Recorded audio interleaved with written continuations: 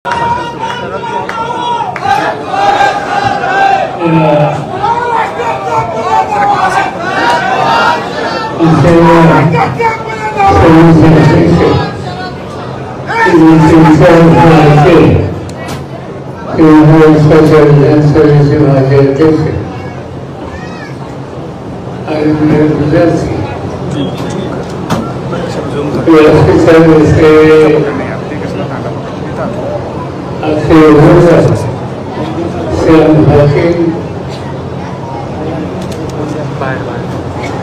ठाकरेंच्या नेतृत्वाखाली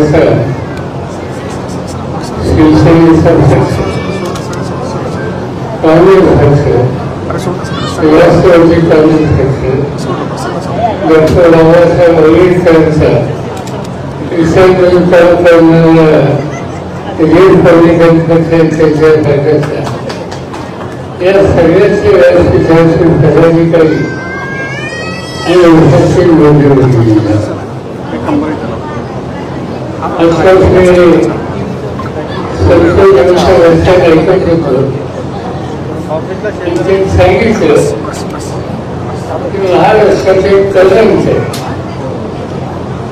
आणि जो कदम महाराष्ट्र विकास आघाडीला दिलं ही त्यांच्याशी सहमत आहे.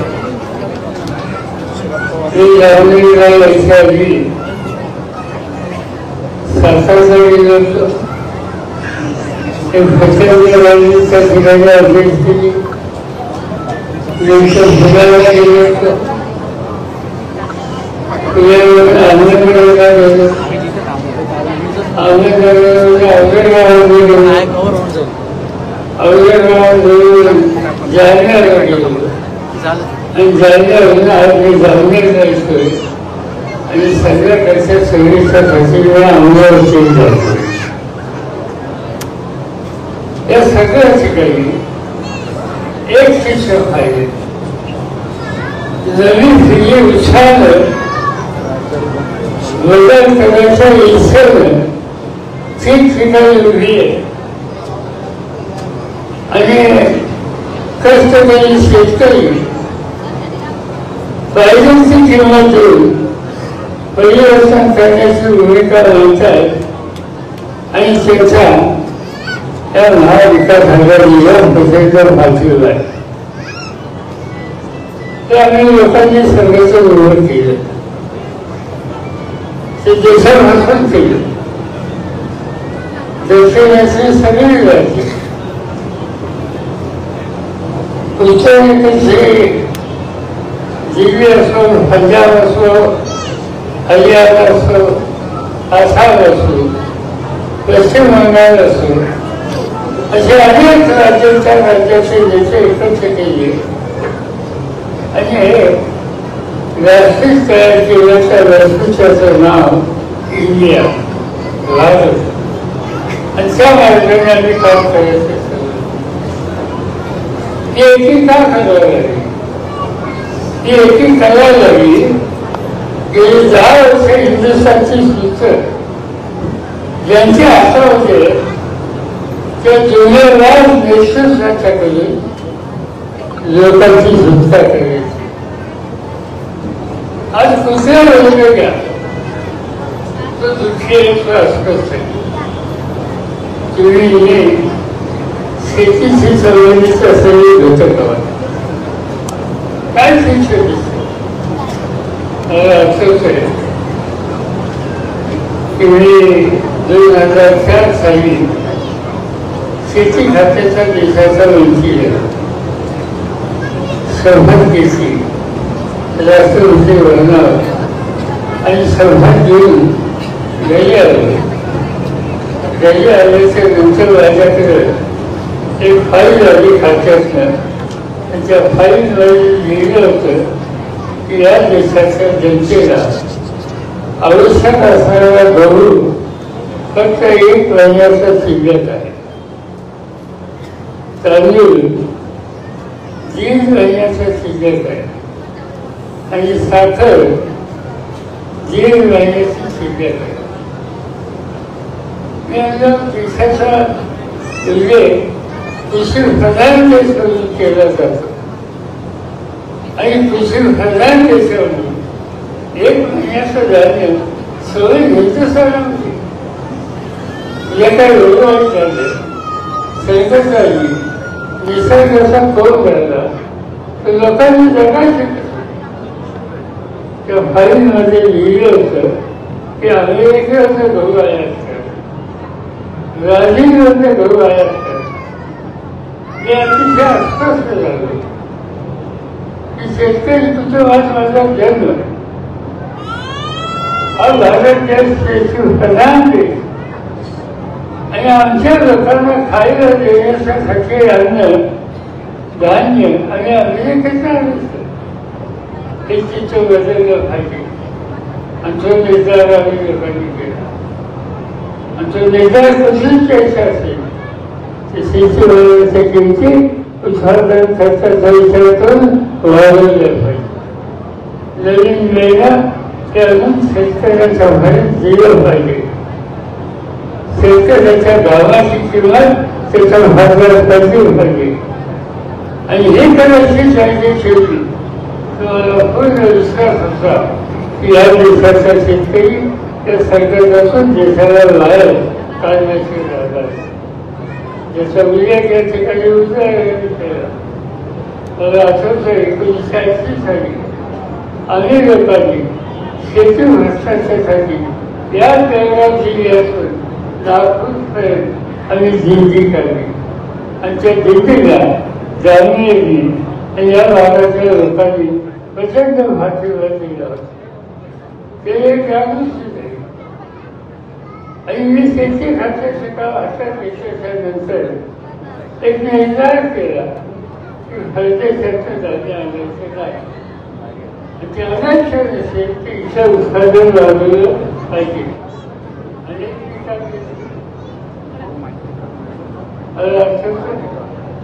महिनाभराच्या वेळेला एक बातमी अशी होती, यवतमाळ जिल्ह्याच्या एका शेतकऱ्यांनी आत्महत्या केली.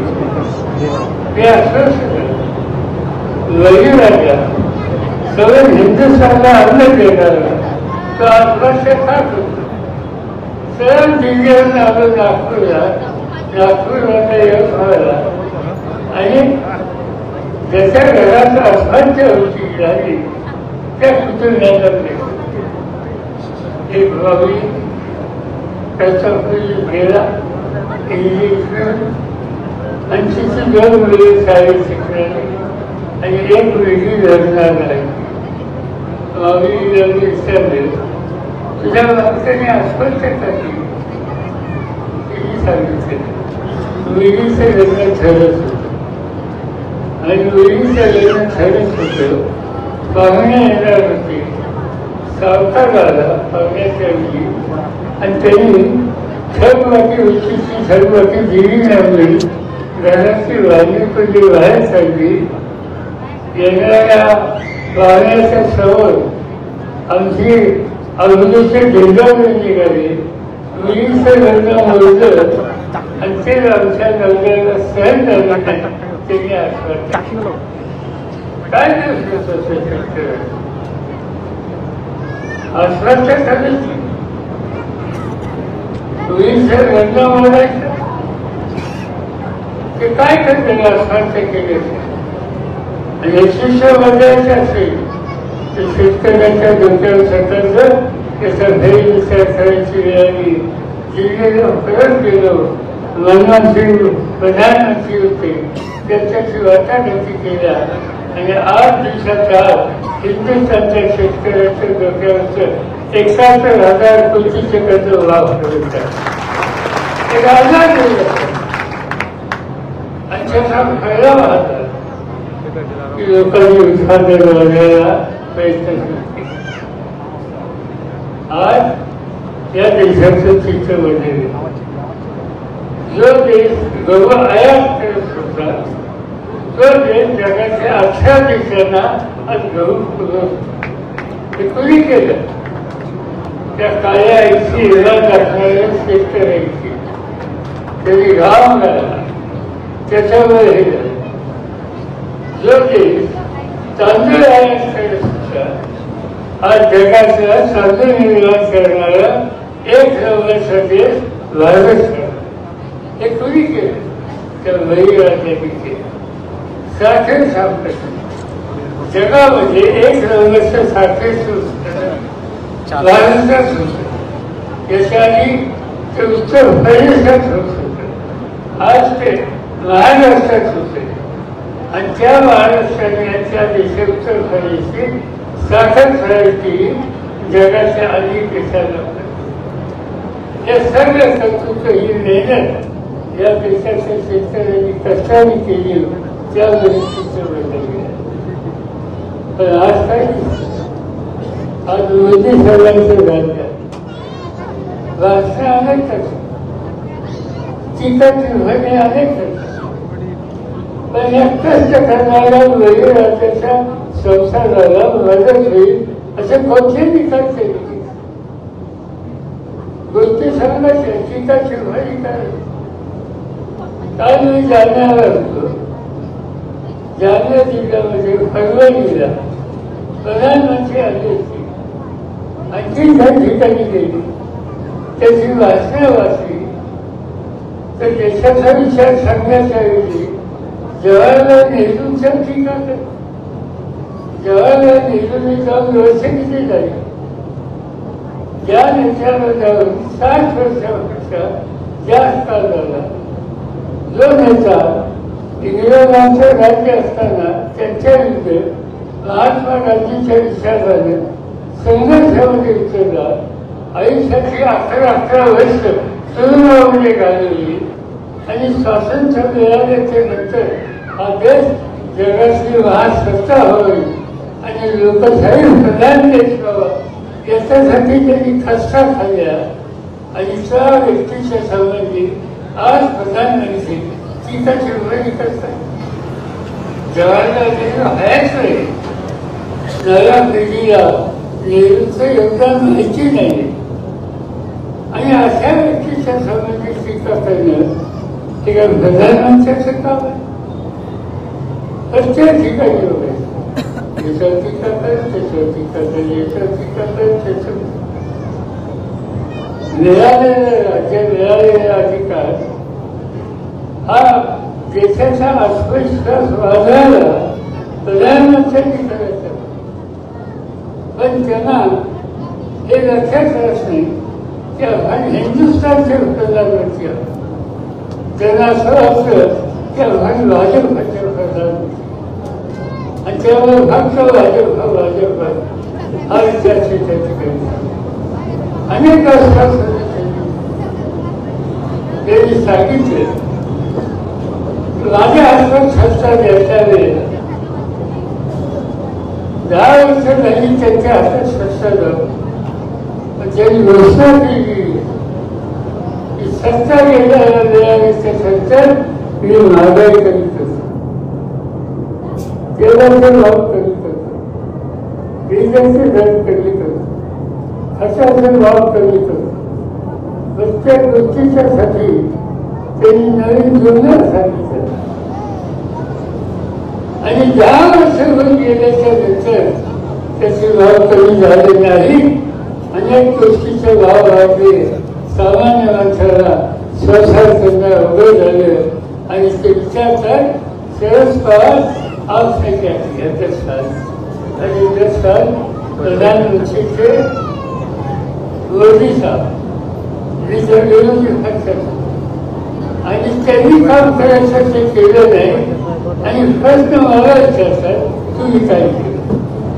गमतीची गोष्ट लोकांना एका रस्त्यात द्यायचं आणि म्हणून प्रश्नाचं भाषण त्याला विस्मरण होईल याची खबरदारी घ्यायची हे सूच आज मोदींनी घेतली आणि म्हणून आज या देशामध्ये वेगळा विचार करावा लागेल. कधी लोकांची भाषण कधी इंदिरा गांधी टीका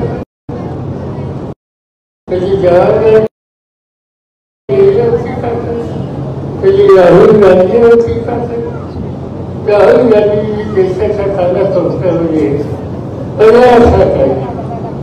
देशाच्या विकास समजून घेण्याच्यासाठी हा शेड्यूल कन्याकुमारीपासून दिल्लीपर्यंत चालत गेला आणि दिल्लीपासून उत्तरेकडे चालत गेला. लोकांना मिळतं त्यांचे प्रश्न समजून घेते आणि त्या प्रश्नाची सोडवणूक करण्यासाठी त्याचा प्रयत्न सुरू आणि असाच करणार. त्याचा टीकाची माहिती त्याची टीका करायची. महाराष्ट्र संस्थेचं बाळासाहेब साठ्यांनी संघटना उभी केली मराठी माणसाच्या हिताची तरतूद करण्यासाठी. बाळासाहेब गेले ही सगळी जबाबदारी उद्धव ठाकरेंनी आपल्या खांद्यावर घेतली. त्या उद्धव ठाकरेंच्या व्यक्तिगत हानी करायचे, टीका चिरफानी करायची. तुम्ही स्वतः काय केलं ते पहिल्यांदा सांगा आणि नंतर दुसऱ्या टीका करा. ती विचारण्याची वेळ आज प्रधानमंत्रीच्या बाबतीत आलेली आहे.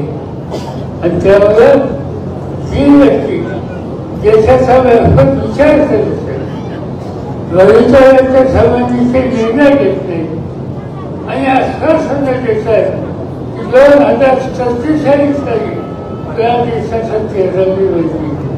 आज आणि 24 सालमध्ये 47 म्हणजे आणखी किती होती, किती लोक जगणार, किती लोक राहणार माहिती.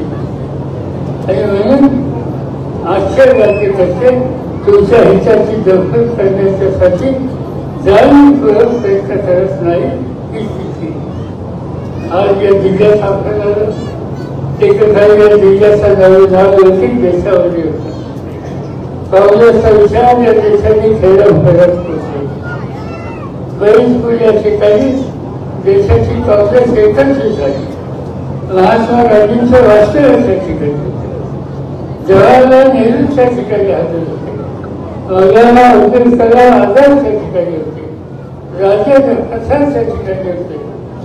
ते असा ऐतिहासिक ठिकाण करत या जिल्ह्यात आहे. नंतरच्या काळामध्ये अनेक चांगले नेते मिळाले. मधुकरराव चौधरी असतील, अनेकांची नावं त्या ठिकाणी घेता येतील. ते राज्याचा विचार केला, विकासाचा विचार केला. 10 वर्षामध्ये मोदींचं राज्य आलं. या राज्यामध्ये कोणती कारखानदारी नवीन वाढली.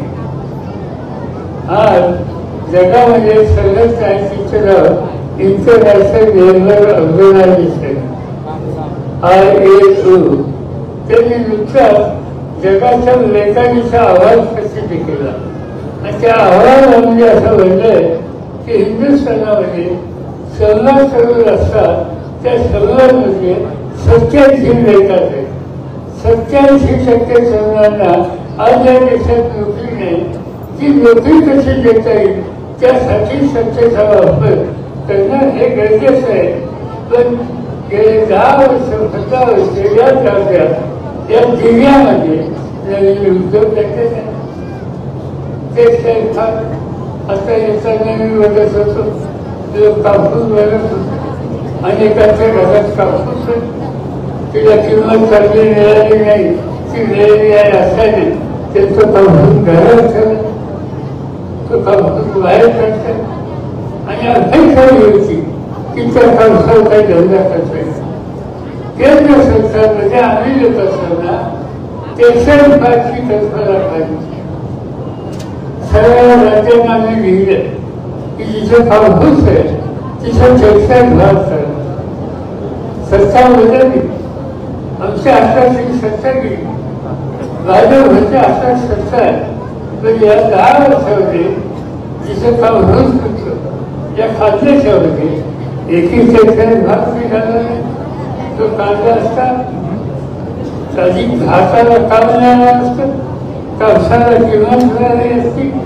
पण इथं आम्हाला टेक्स्टाईल भाग दुसऱ्या जिल्ह्यात फळबाग योजना ती आम्ही या देशामध्ये काढली.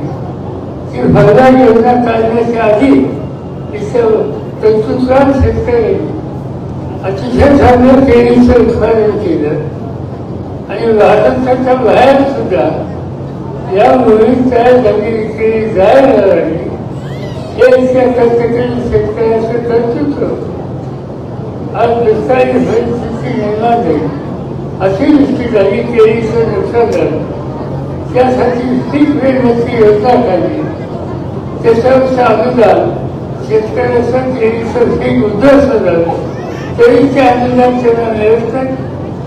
आणि हे सर्वसामान्य लोकांचंही लक्ष आज सगळं सरकारी यंत्रणा आहे, तिचा उपयोग हुकुमशाहीसारखा केला जातो. झारखंड नावाचं राज्य आदिवासींचं राज्य, तिचं आदिवासी मुख्यमंत्री आपल्या राज्याचं दुसरं बांधण्यासाठी अनेकदा प्रधानमंत्र्यांसाठी प्रयत्न केले, निर्णय होत नाही म्हणजे त्यांच्यावर टीका केली. आज काय झालं, लोकशाहीमध्ये टीका करण्याचा अधिकार आहे आणि तो अधिकार त्या ठिकाणच्या मुख्यमंत्र्यांनी घालून त्याचा परिणाम आज झारखंडच्या मुख्यमंत्री तुरुंगामध्ये टीका केली म्हणून त्याला मुख्यमंत्री अतिशय चांगलं काम त्यांनी शिक्षण संस्थेत केलं, अतिशय चांगलं काम त्यांनी आरोग्य सेवेत केलं, दिल्लीचा चेहरा बदलण्यासाठी कष्ट केले. सामान्य कुटुंबाचा हात नसतं. केंद्र सरकार सरकारी करते म्हणून मोदींच्या टीकाच केली त्याला तुरुंगात टाकतात, मुख्यमंत्र्यांना तुरुंगात टाकतात, सरकारी यंत्रणेचा वापर त्याच्याच त्या ठिकाणी करतात. त्याचा अर्थ एक प्रकारची हुकुमशाही या ठिकाणी असतात.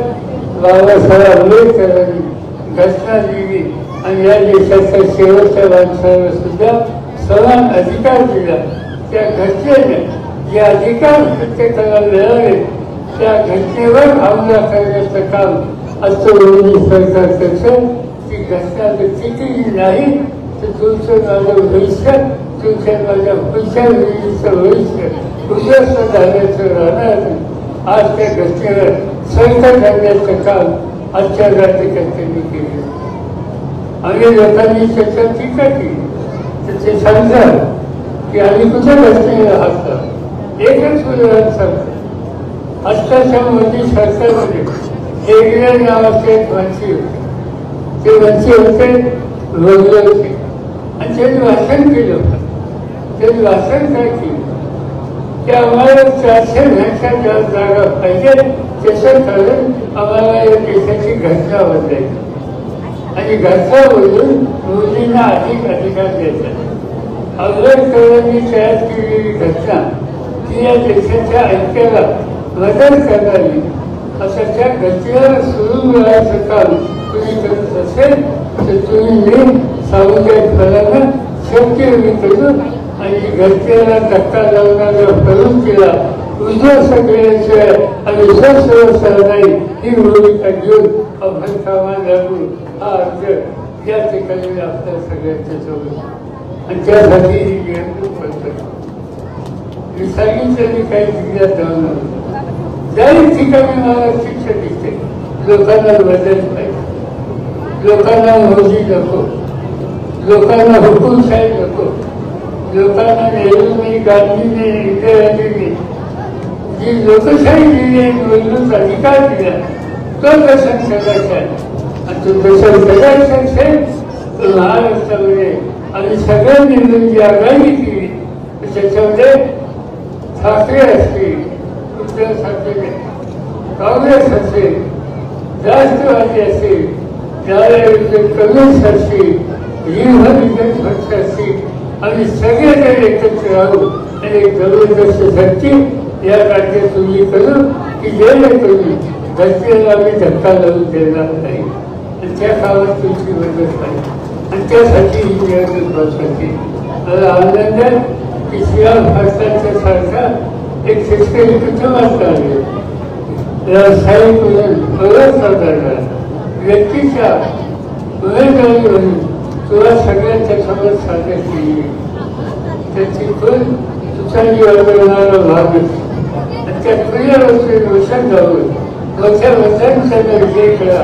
मी तुम्हाला खात्री देतो की महाराष्ट्रात ठिकठिकाणी ही अवस्था आहे, लोकांचा पाठिंबा आहे आणि हे चित्र दुसऱ्याच्या महाराष्ट्रात नाही, दक्षिण भारतात आहे, उत्तर भारतामध्ये आणि या सगळ्या गोष्टीचा परिणाम की मोदींची हुकुमशाही राहिलं लोक उद्ध्वस्त केल्याचं राहणार नाही. ते ऐतिहासिक काम तुम्ही करावं अशाच प्रकारचा आग्रह या ठिकाणी मी करतो आणि माझे 2 शब्द सांगतो.